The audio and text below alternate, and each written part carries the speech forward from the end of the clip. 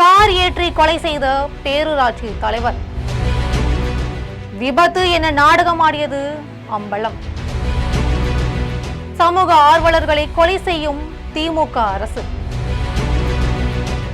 என்ன நடந்தது வாங்க பார்க்கலாம். Welcome to the crime talk நிகழ்ச்சி.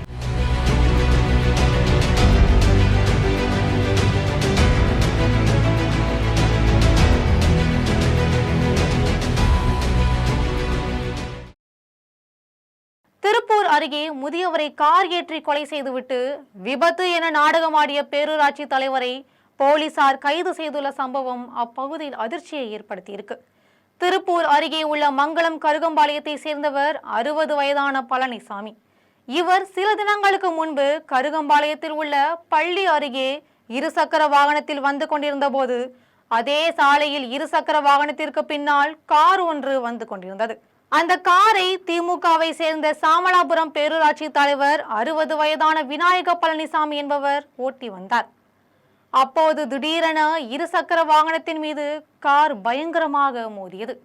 இந்த விபத்தில் ஸ்கூட்டரை ஓட்டி வந்த பழனிசாமி பலத்த காயமடைந்து உயிருக்கு போராடி இருக்காரு. இதனை பார்த்து அக்கம் பக்கத்தினர் உடனடியாக 108 ஆம்புலன்ஸுக்கு தகவல் தெரிவிச்சிருக்காங்க. இதனை அடுத்து ஆம்புலன்ஸ் ஊழியர்கள் சம்பவ இடத்திற்கு விரைந்து வந்து பார்த்தபோது பழனிசாமியை பரிசோதனை செய்ததில் அவர் ஏற்கனவே இறந்து விட்டதாக தெரிவிச்சிருக்காங்க. இது பற்றி தகவல் அறிந்ததும் மங்களம் போலீசார் சம்பவ இடத்திற்கு விரைந்து வந்து பலியான பழனிசாமியின் உடலை மீட்டு பிரேத பரிசோதனைக்காக திருப்பூர் அரசு மருத்துவமனைக்கு அனுப்பி வச்சிருக்காங்க.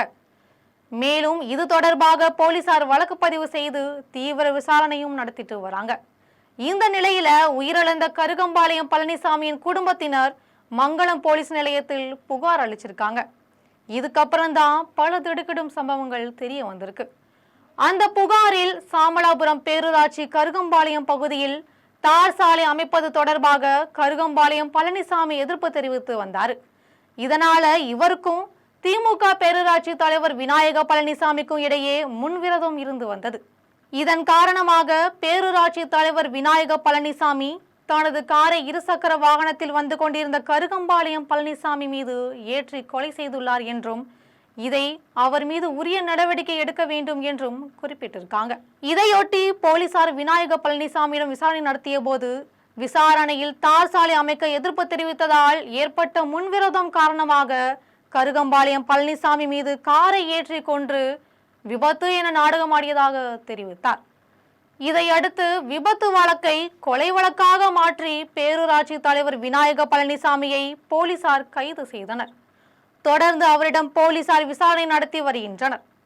தமிழகத்தில் இயற்கை வளங்களை சுரண்டி கொள்ளையடித்து வரும் திமுகவினரையும் மக்களின் வரி பணத்தை கொள்ளையடிக்கும் திமுக ஆட்சியாளர்களை எதிர்த்து கேள்வி கேட்கும் சமூக ஆர்வலர்கள், தன்னார்வ தொண்டு நிறுவனங்களை சேர்ந்தவர்களை வாகனம் ஏற்றிக் கொள்வது, அடியாட்களை வைத்து வெட்டி படுகொலை செய்வது, கடத்தி சென்று படுகொலை செய்து காணாமல் வீசி விடுவது போன்ற மனித உரிமை மீறல் போன்ற கொடூரமான முறையில் மக்கள் மீது கொலைவெறி தாக்குதல் நடத்தி வரக்கூடிய திமுக ஆட்சியாளர்களை பல்வேறு அரசியல் கட்சி தலைவர்களும் சமூக ஆர்வலர்களும் தன்னார்வ தொண்டு நிறுவனங்களும் பொதுமக்களும் கடும் கண்டனம் தெரிவிச்சிட்டு வராங்க.